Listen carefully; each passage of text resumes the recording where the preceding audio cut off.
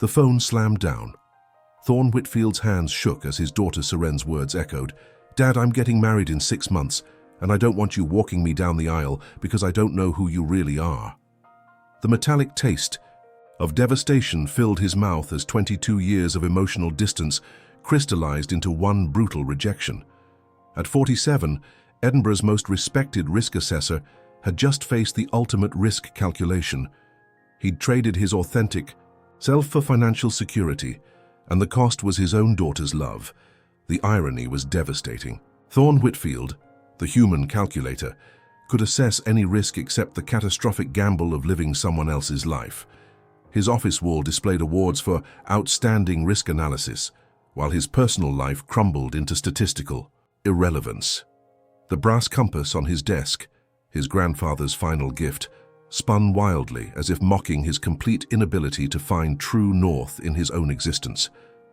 "I've calculated risks worth millions, but I never calculated this," he whispered, staring at wedding photos of the passionate documentary filmmaker he used to be.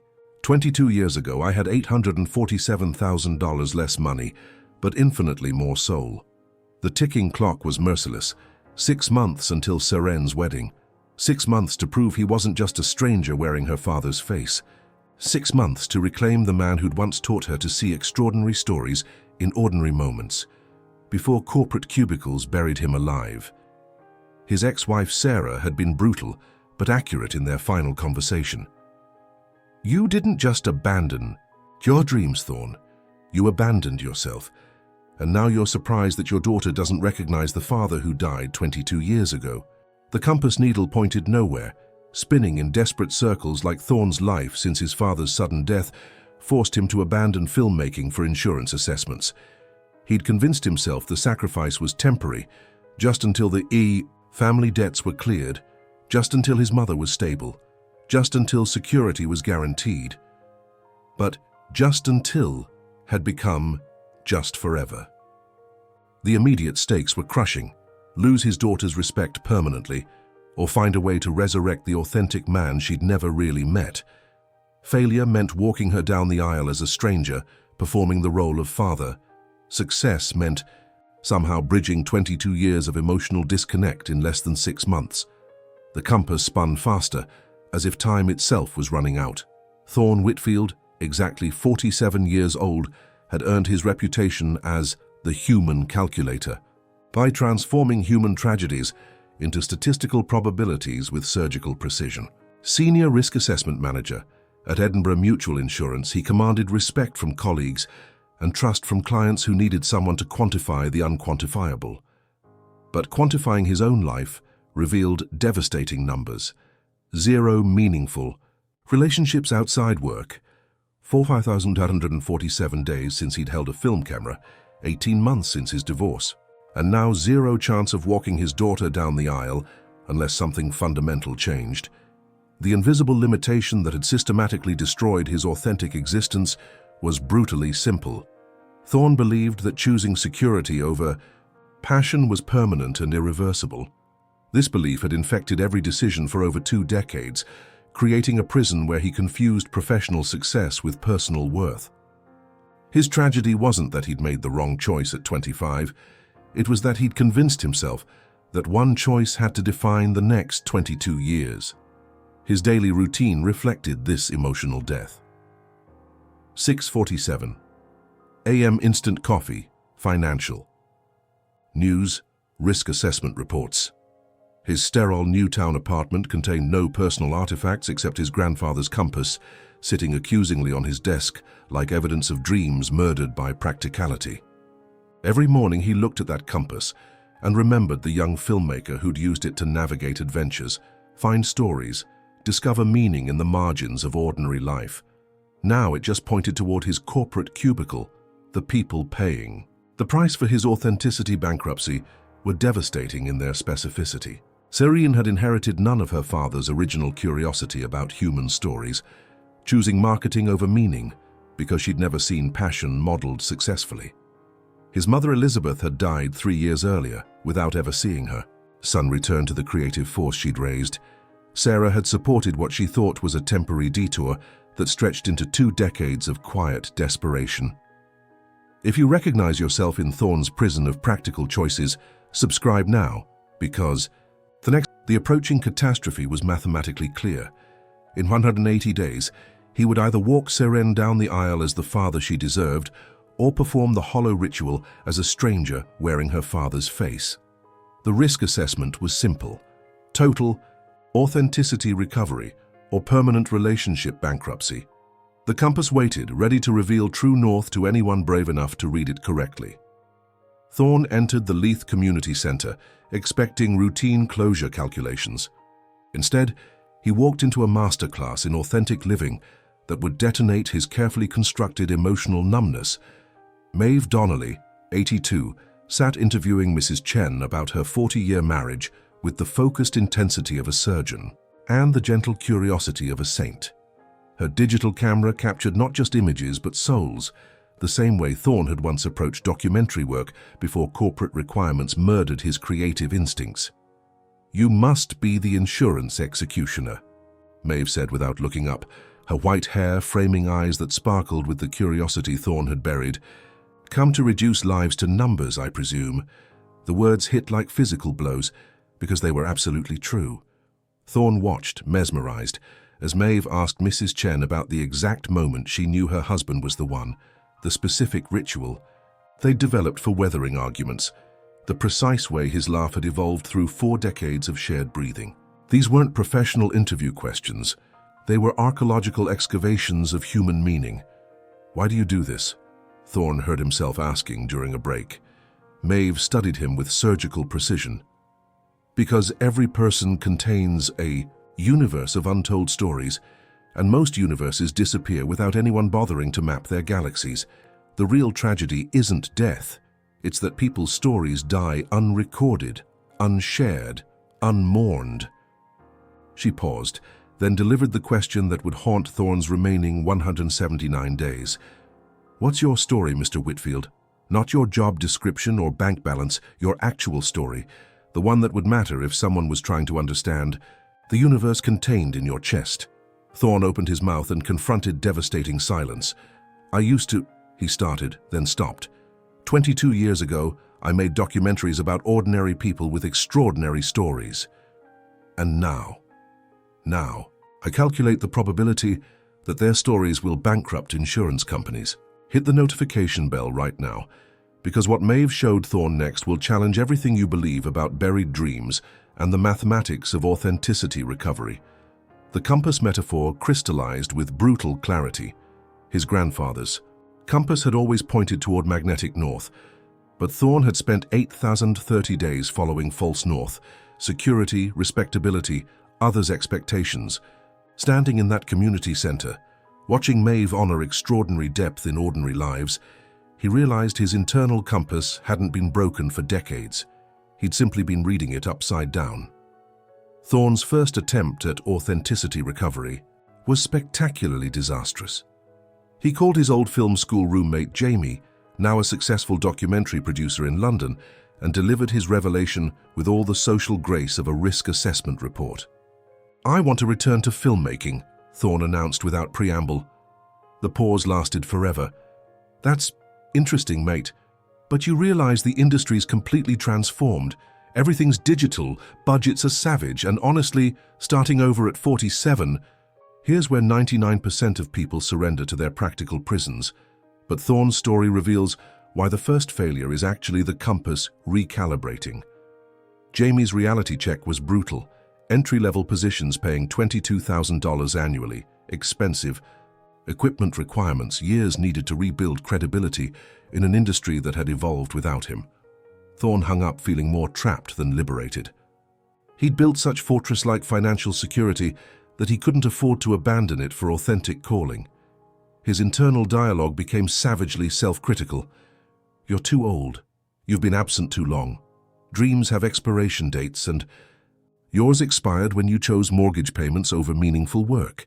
You made your bed in corporate cubicles. Now lie in it forever." But then came the micro-success that changed everything. Completing his Leith Community Centre assessment, Thorne found himself writing about Mrs. Chen's marriage with unusual emotional precision. Instead of clinical, structural integrity concerns, He described how 40 years of Friday evening dancing had worn smooth love grooves in the main hall floorboards. His report included standard financial analysis, but also captured the human cost of closure. 68 severed community connections, 43 elderly residents losing their primary social lifeline. His supervisor, Callum Brodie, summoned him immediately. "This report is unprecedented, Thorne. We don't typically include this level of human archaeology. I thought complete risk assessment required understanding what people actually risk losing." Well, it's certainly comprehensive. The client was remarkably impressed by the depth. That moment revealed crucial intelligence. His storytelling DNA hadn't died. It had been dormant, waiting for permission to breathe. The deeper revelation was devastating. He hadn't lost his passion for documentary work. He'd simply convinced himself that passion and practicality were mortal enemies. But what if they were actually secret allies waiting to be reunited? The comedic relief came when Seren discovered him practicing interview techniques with his bathroom mirror reflection. "Dad, are you having a midlife crisis?"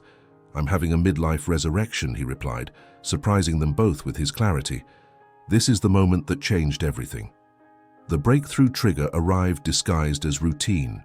Work, assessing insurance coverage for the Petrov family restaurant facing policy renewal.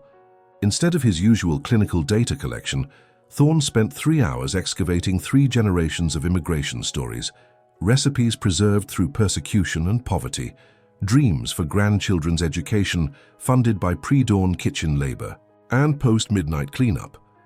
His report transformed from sterile risk analysis into compelling narrative that captured both financial realities and human investment the restaurant represented.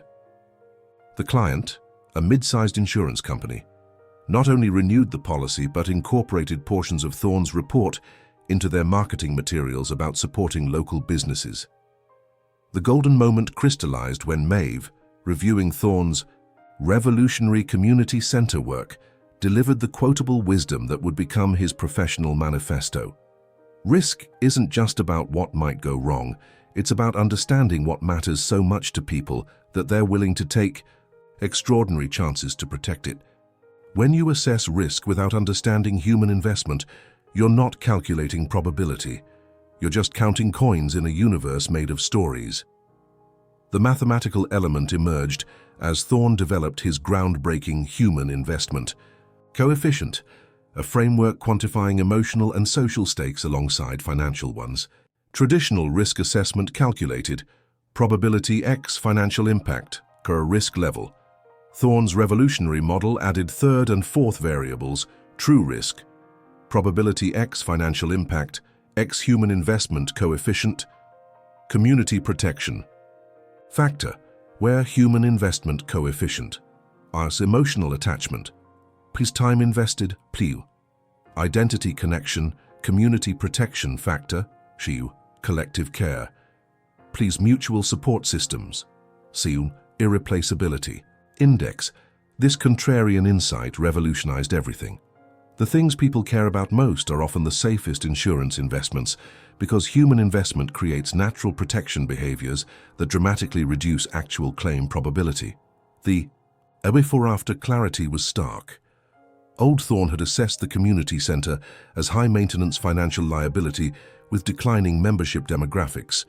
New Thorne recognized it as exceptionally low-risk investment because community attachment meant members would volunteer repairs, donate for upgrades, and fight fiercely to prevent closure, factors that actually reduced insurance risk while exponentially increasing human value. The universal principle connected personal story to broader human truth. Authenticity isn't abandoning practical responsibilities. It's discovering how your deepest calling can enhance rather than endanger your existing commitments. Suddenly his compass wasn't broken. It had been pointing toward true north all along. He'd just been reading the directions through the lens of false scarcity, assuming that honoring his authentic calling required abandoning everything he'd built rather than integrating everything he'd learned.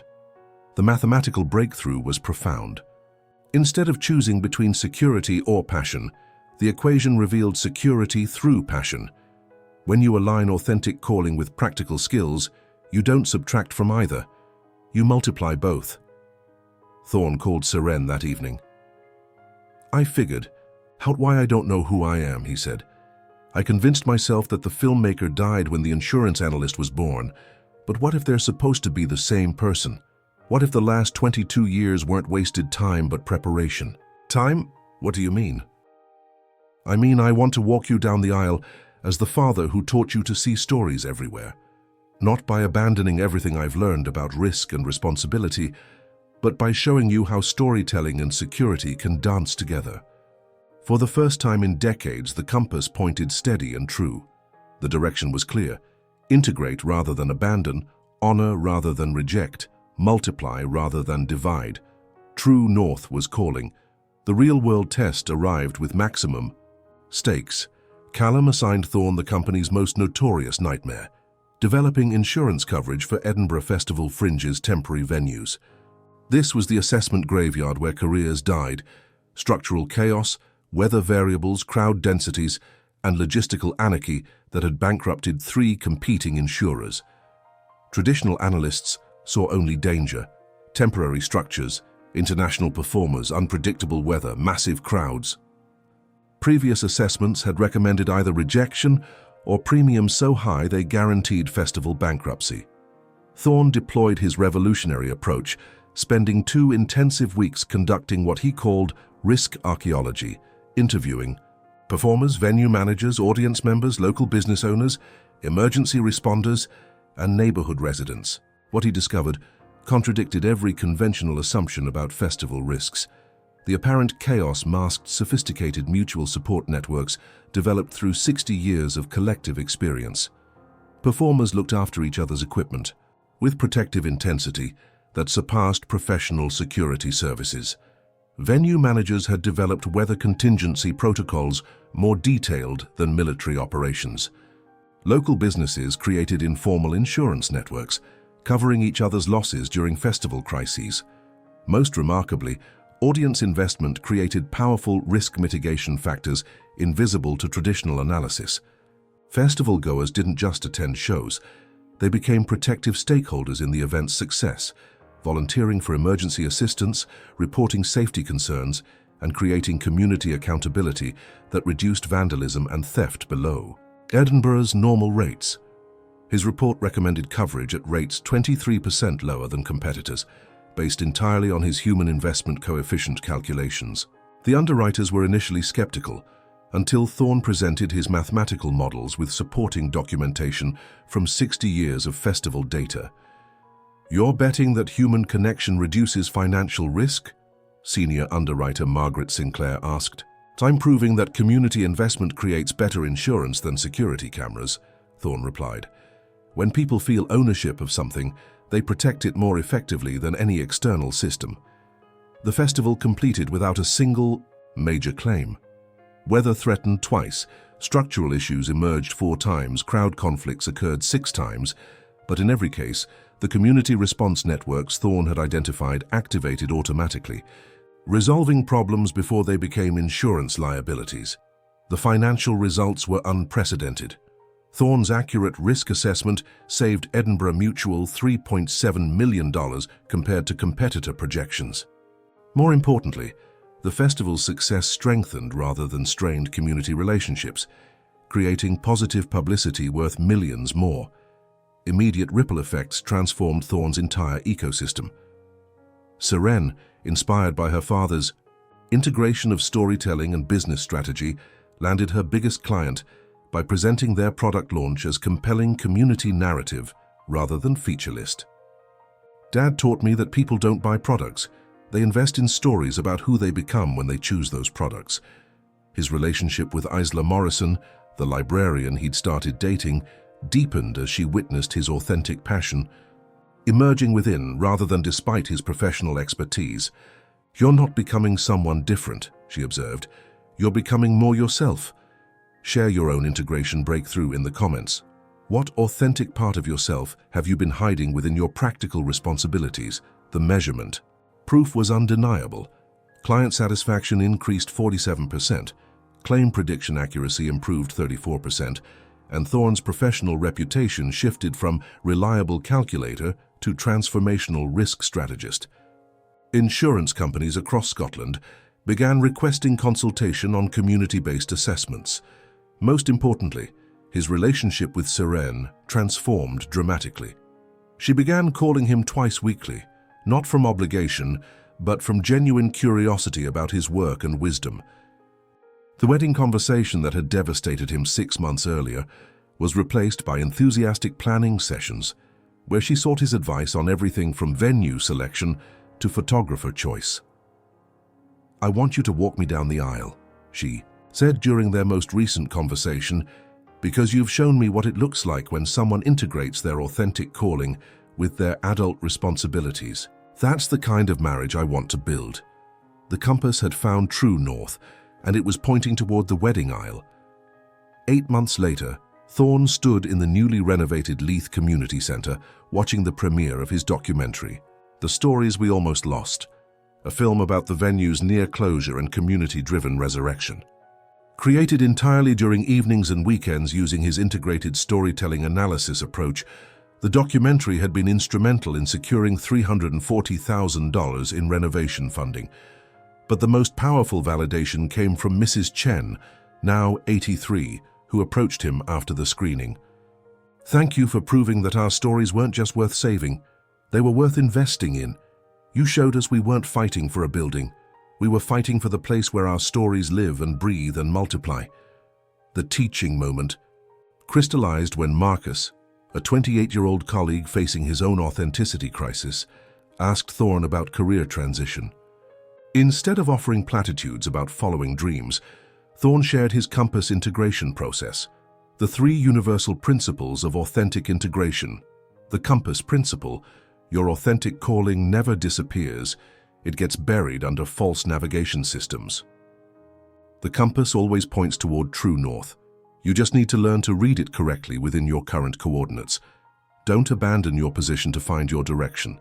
Recalibrate your direction from your current position.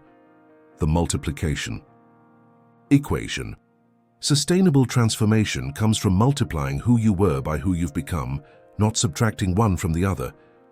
The goal isn't returning to your 25-year-old self, but integrating your authentic essence with your accumulated wisdom. Authenticity, X experience. Exponential impact, the human investment coefficient. Every situation contains both practical requirements and human meaning. When you learn to identify and quantify both dimensions simultaneously, you don't choose between security and authenticity. You create solutions that amplify both. True success. Financial stability, X authentic expression, X community impact. The legacy impact extended far beyond personal transformation. Thorne's human investment coefficient became industry standard across UK insurance companies, revolutionizing how community-based risks were evaluated. His documentary work, now seamlessly integrated with professional reputation, attracted international consulting clients seeking assessments that understood both financial and human factors. Seren launched her own narrative strategy consultancy, and Maeve's community documentation project became the template for cultural preservation efforts across Scotland. More importantly, Thorne had proven that midlife authenticity recovery didn't require life destruction. It required life integration. The wedding day arrived with perfect symbolic clarity.